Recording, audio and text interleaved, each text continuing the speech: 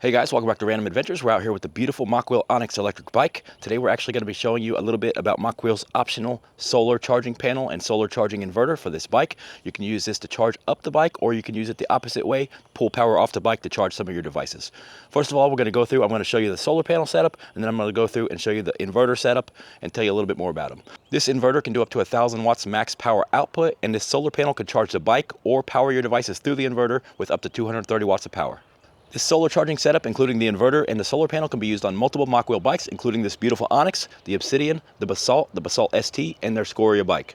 Using this 230 watt solar panel, you will be able to charge up your Mokwheel bikes to have the 19.6 amp hour battery in about 4 to 5 hours if you do have full sun and you do have a nice view to the south. Up in the northern hemisphere, it is best to point solar panels to the south to get the best view and the best wattage out of these panels. Let's take a look at the solar panel first. We will set it up, and then we're going to take a look at that inverter afterwards. We will try to charge up this bike, and then we will try to power some devices using the inverter. Let's take a look at the 230 watt solar panels. They do come in a nice carrying case. They are all folded up like this. It does have a nice carrying handle. It does have a little bit of weight to it. There is a Velcro strap here on the back. Be careful before you pop this Velcro strap open because the panels are going to come out at that point. Make sure to put it on the ground, then pop the Velcro strap. That way you can unfold the panels. Let's go ahead and unfold the panels now and set them up. There also is a couple USB-A charging ports here where you can charge devices directly off the solar panels.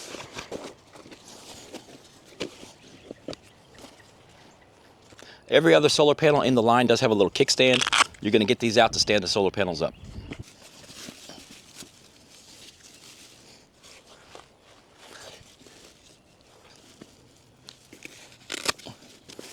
Okay, we got the panel set up here. Once you get this unfolded, there are 8 small solar panels in this kit. Let's check out the wiring.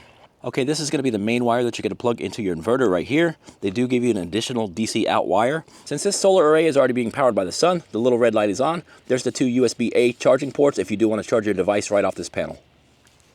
Let's take a look at the inverter now. It does come in this hard carrying case. It does say Mokwheel on the front. You do have a carrying handle on top. In addition to that, there is like a quad lock locking device on the back. It does come with a little mount for your bike.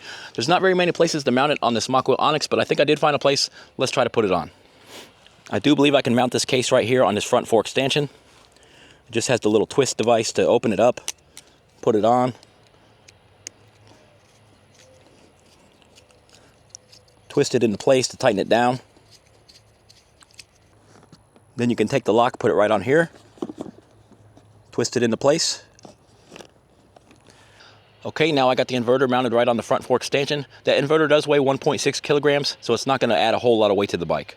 Alright guys, let's take a look at the inverter itself. It does come with a nice carrying handle. It does have a nice clean looking design. Let's take a look at the ports on the front. You do have the power on off switch, AC button. You do get 2 USB-C ports. One is 100 watts, one is 27 watts for different devices. It does have a USB-A out, and you do have a DC power output.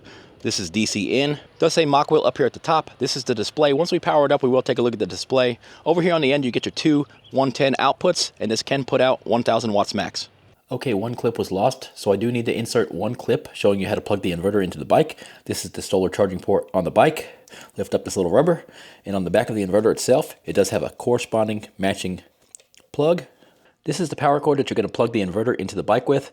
They do have unique plugs, so you can only install these one direction. Let's plug in the bike first, and plug in the other end of the cord there. Like I said, it only goes one way. Press and hold your power button. You can see the voltage of the bike battery here. We're at 52.6 volts. This is your amp draw, and you can see the battery stated charge in percent. Right now we're sitting at 90%. To turn on the AC power on the inverter, go ahead and press the AC button right here and hold it.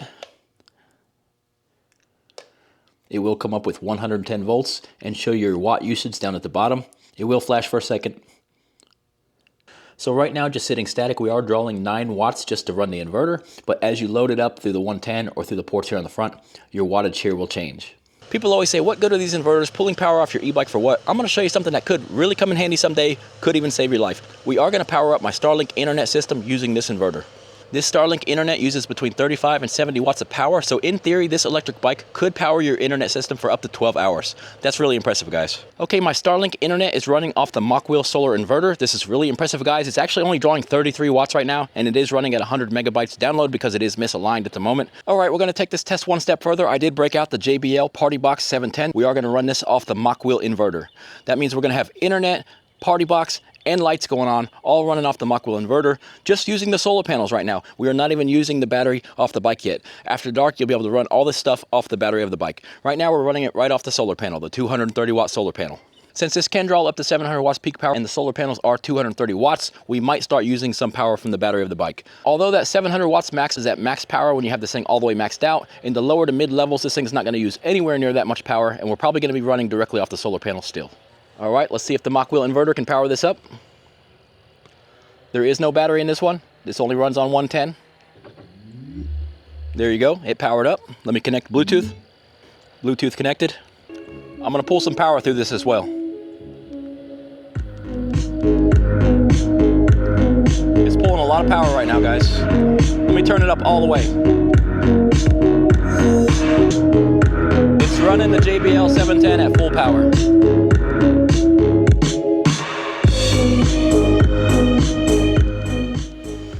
All right, guys, this Mokwheel inverter is able to run this JBL 710 all the way up at full power.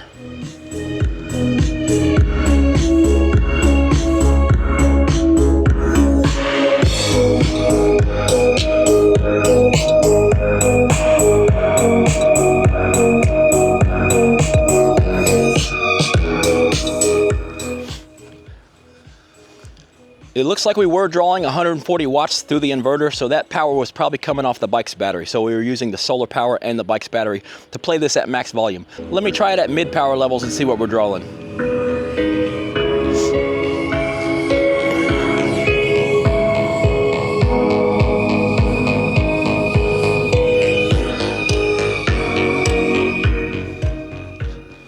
All right, at mid power levels, it's only drawing about 30 watts of power off the bike and using the solar panels.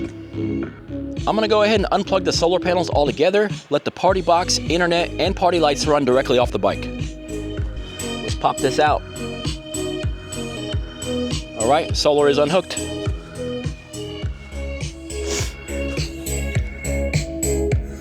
We're drawing 70 watts right now. Let me turn the speaker up.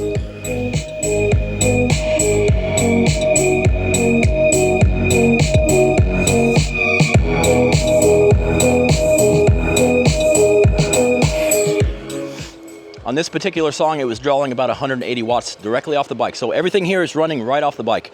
So we got party box, internet, party lights, all running off the beautiful Mokwheel Onyx through this inverter. It doesn't get any cooler than that, guys. But the safety factor of it is, guys, if the power goes out in your area for a long time during a hurricane or something like that, you will be able to run this Starlink internet directly off your Mokwheel bike for about 10 to 12 hours and keep your internet going. When I started out today, the bike was at 87% charged. Let's see how we did after an hour, pulling some power off and doing some charging at the same time. A little bit hard to see the screen in the sun. All right, it is sitting at 53 volts now, and it does say 92%. So we went from 87% charged up to 92% charged in 1 hour, and that is while we were pulling some power off the inverter as well. All right, guys, I find this setup to be pretty awesome. Thanks for watching.